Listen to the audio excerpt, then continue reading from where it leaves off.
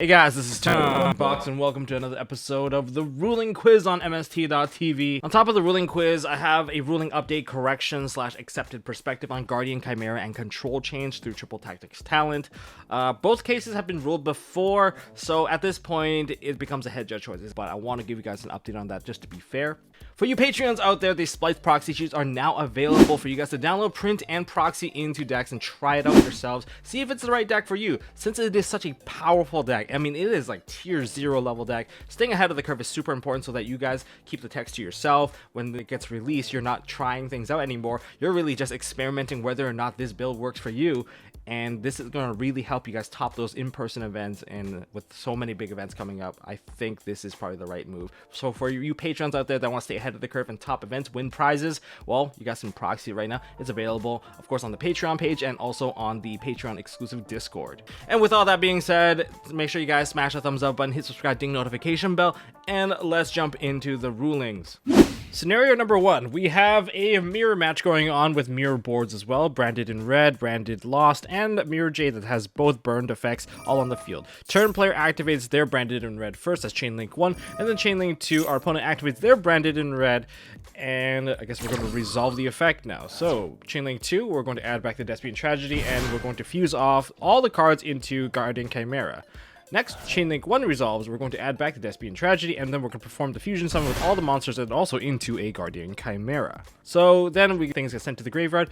What happens now? What is the proper, appropriate action in this upcoming chain? You have 5 seconds. 3, 2, 1. And it's the player that activated their fusion effect in Chainlink 1 that gets their branded lost active, and therefore only that player gets to activate all of their card effects in the upcoming chain. So from the card Chainlink 4, branded lost, we're going to add the Melkurier, then summon out the Mirror Jade, then add an Alibur, and then we're going to draw 2 cards and pop 1 card with the Guardian Chimera, while the opponent will not even be able to activate a single trigger effect that met its trigger thanks to branded lost locking them up. This is a matter of just timing, and because branded lost is active only for 1 player because it has to be on a fusion summon of a monster, and the last monster that got fusion summoned was the Guardian Chimera on the turn player side. So just be careful when you're calling out phases in a mirror match capacity, because if you call out your phases, it means that you're passing priority on the current phase. That gives the opponent the opportunity to activate their quick play fusion spell to take that Chainlink 1 spot and basically locking you out, especially when there's branded lost active. And many games are won or lost based off of that one single interaction, so be very careful. In this scenario, we have a Fairy Tale Snow in the graveyard with a bunch of other cards and an Alibur face up on the field. Fairy Tale Snow is going to activate her effect, and we're going to banish 7 cards for cost, including a Thespian Tragedy. We're just going to immediately go to Resolution because there's no other chains happening, and we're going to special summon out our Fairy Tale Snow. And in the next chain, we're going to activate the Thespian Tragedy, and we're going to activate our Fairy Tale Snow, attempting to chain block that card out. Can you guys tell me what was wrong with that statement? You guys are going to have 5 seconds. Yes, an illegal play did occur. Where did it happen? And explain to me why. And time is up. If you guessed that Thespian Tragedy could not have activated, you would have been correct, although that sound effect made you sound like you're wrong. But no, Thespian Tragedy could not have activated because Thespian Tragedy did not meet its triggering requirement, as Thespian Tragedy's requirement is that it needs to be sent to the graveyard or be banished by a card effect. Getting banished by Fairy Tale Snow's cost does not count towards it, as cost is not an effect, and therefore the tragedy cannot activate. And this particular ruling stems from a common mistake that was made by fellow players, and they thought that they could really use it. And that's probably not going to happen anymore in the future. So this is something to be very careful of, just because, you know, for whatever reason, if things happen for a certain event, it's only for that event, and here it is. It's probably not going to happen anymore. So before we continue, guys, help me out by checking out MSTmerch.com and also smashing that thumbs up button. At MSTmerch.com, you guys can get all sorts of crazy good accessories for your cards. We have some red sleeves, we got purple sleeves, we've got, of course, our infamous white sleeve that you guys love. And I really appreciate you guys for, you know, the really fantastic review on it. And also the sale's still going on, so make sure you guys check it out while you still can. We've got box dividers, mats, you know, all sorts of things to help you enjoy your card games just a little bit more. So check out MSTmerch.com, and it really helps us out. And just to give you guys like an up close look at our red sleeve, because I've always showcased to you guys the purple sleeve. Of course, it's really good, you know, really beautiful reflection. But you know, we never really took a look at the red sleeve, so I'm gonna crack a fresh one out and this is the red sleeve. Oh my god, it's kind of out of focus, but I'll take the step to put it in focus. It's really hot, really nice looking. I use it for most of my token stuff, but we also have oversleeves to protect this stuff as well, so that's kind of how they work out. You know, we want to protect our oversleeves, you know, or rather we want to protect our sleeves under the oversleeve, so this is what they looks like. And this one's a bit matted. We have two different textures. That's all available at MST.TV, so I really appreciate you guys for checking it out, you know, just so you can protect your goods as well. And with that being said, let's continue on with the Regulus rulings.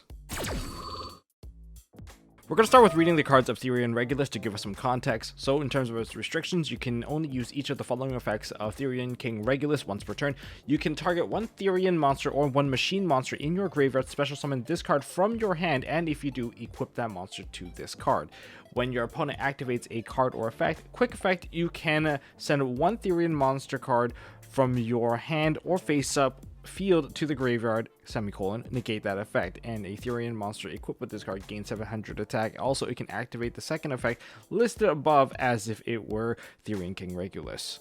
Alright, so the current scenario is this. My side of the field, I have a Therion King Regulus, and on my opponent's side of the field, they have an active branded lost. It is currently my opponent's turn, and they're about to activate their branded fusion.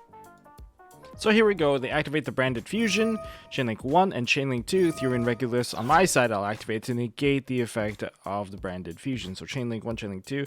So we proceed to resolve, and then I say, okay, well, Regulus will negate the effect of the branded fusion. The opponent starts to argue saying, oh, I have branded loss. You can't actually negate my branded fusion. So then we decide to call a judge, and this is where you step in. You have 5 seconds to solve this situation. 5, 4, 3, 2, 1. So what happens to the branded fusion? Well, of course, it got negated.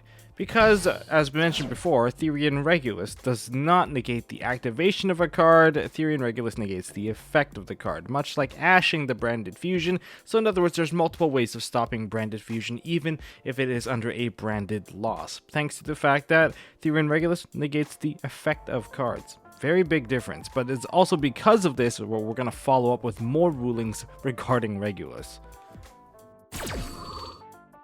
In this scenario, we have a Therion King Regulus on my side of the field and a set skill drain on the opponent's side of the field. However, we're going to begin this entire scenario by activating a skill drain, and because my opponent activates skill drain, I'm going to chain my Therion King Regulus and send it to the graveyard for cost in an attempt to negate the effect of skill drain. I'm saying the effect of skill drain is negated now during resolution. However, my opponent argues that, hey, no man, no, it stays on the field and it's still going to continue to negate your effects. So that's basically the part where we call a judge. Who is correct? You have 5 seconds. Since you're the judge right now, 4, 3, 2, 1. Alright, so we're going to resolve this chain. Therion King Regulus does negate the activated effect of skill drain, which is, well, nothing. It doesn't have an activated effect, because when you activate it, it just activates, and once it resolves, the continuous effect gets to apply, and this is much like ashing a 10 key. This is a really common example. So if you ash a 10 key, well, they just don't get the search, but they still get to gain the attack boost because only that particular effect was negated. And so in this case of skill drain is still negating all face-up monsters on the field. And the sad part of this whole scenario is that Therion King Regulus, if you just didn't negate with it, you would still be able to use its effect to send itself to the graveyard to negate another card because it would bypass skill drain. Alright, in this scenario, I have a Therion King Regulus in my hand and a Bee-Buster Drake in the graveyard. I'm going to activate the Therion King Regulus, targeting the bee. However, my opponent does have something to say and respond to that. They're going to go like, you know what, I'm going to DD Crow your monster, get rid of your Bee-Buster Drake. And so we have nothing else to respond with, so we're going to resolve the chain. We're going to banish it, and then the question is, do we get to summon out the Therion King Regulus? You have 5 seconds. And of course, we get to summon out the Therion King Regulus. This is a classic conjunction of A, and if you do B. So if I did A, which I did, however I can't do B, so I don't do B. But if I couldn't do A, then I don't even get to do B at all. So this is the one where you resolve as much as possible, but during the activation, it was all completely legal, which is why this still occurs. Okay, for this ruling correction, the first thing I have to say is always ask your head judge of how they're going to be ruling something, because if you have a discrepancy of what you think you know versus what is actually happening at the event, well, what's happening at the event is probably way more important than what we were going to tell you. So that's part one, and part two is this is regarding the Guardian Chimera versus Triple Tactics Talent scenario, where Tactics is trying to take control of a monster it doesn't target. So if Chainlink 1 is the triple attack and Chainlink 2 is the effect that summons out the Guardian Chimera, well, Guardian Chimera is going to switch control by the time the chain resolves, right? And then who gets to activate the Guardian Chimera effect? I previously said that the controller gets to activate it, and that was based off of the Chen Ying and Natasha ruling of, well, Natasha banishes a Cyber Angel monster, takes control of the Chen Ying, and then Chen Ying is to activate and, banish.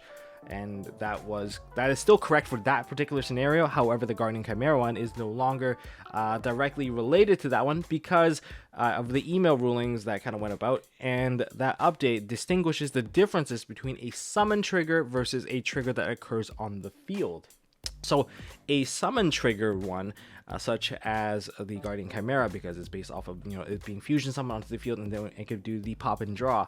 That is a summon trigger versus Chen Ying's trigger while it's on the field. So if a monster is triggered while on the field and then control is swapped before the chain is complete, then the controller gets to use the effect. However, if it's a summon trigger based thing such as Guardian Chimera or El Shaddai Construct, well, the player who summoned it is the one that gets to use this trigger effect. So just a little bit of clarity right there. So based off of this case now, so the player who took control of the Guardian Chimera with Triple Tactics Talent will not be able to activate the effect. Rather, it's going to be the player who summoned the Guardian Chimera that gets to activate the pop and draw effect.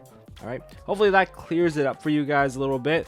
And if anything comes up, just ask the head judge. All right, it's just the best way to guarantee that you're not going to screw up during the event.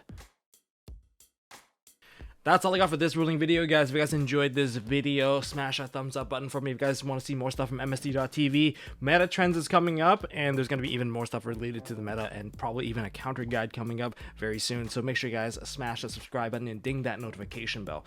And if that's not all, don't forget to leave a comment down in the comment section. If you guys have any confusion regarding today's video, or maybe if I made a mistake, feel free to leave a correction down in the comment section. But you better know your stuff, because I will grill you and I will put you on the spot.